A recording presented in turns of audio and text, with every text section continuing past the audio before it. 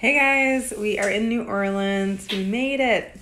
We had some hiccups this morning. So last night at 11:45, we got a text, or I got a text saying that our Delta flight was canceled. And David couldn't sleep, so he was up at 2. I ended up waking up and saw the text and then called to ask what we should do. Because it was like, oh, you can get an e-credit. Sorry for the inconvenience. I was like, okay, well, we won't get a refund at this point for our lodging, which, side note, like, that is a little plug for getting travel insurance, because if this happened and we had travel insurance, then we most likely would have gotten reimbursed for our lodging. But thankfully we called, they were able to find another plane. And so even though we didn't get a call that the flight was back to being on schedule,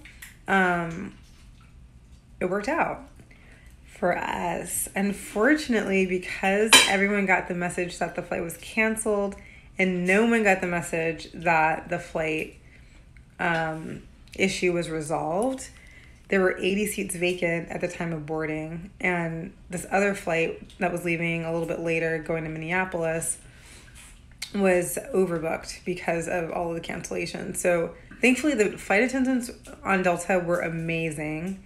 They got people rebooked onto the, other flight that, and they were even arguing so with some people over the phone. They're like, hey, like, I have this other flight that's overbooked and I have this flight with 80 vacant seats. Like, please just transfer people over, So I really appreciated them. And unfortunately, I was not in the best mood this morning at 4 or something. And this guy was like, or the TSA worker was like, yeah, how's your day going? I was like, well, it's been a little stressful considering that our flight was canceled.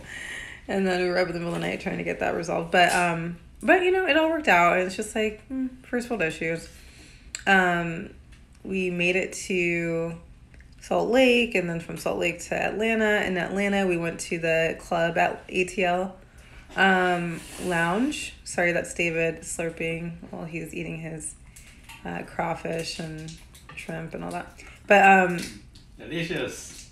So we checked that out. Not fancy by any means, but again, the gals saw that we didn't have much time before our flight, and so they prioritized us getting in. There was this long line. And they're like, oh, your flight leaves like in the next hour and a half, so we're going to just like put you into the priority to get you in, and these other people who have later flights will just go on our wait list. So that was really cool. I really appreciated that. We'll tell you more about our first night in New Orleans.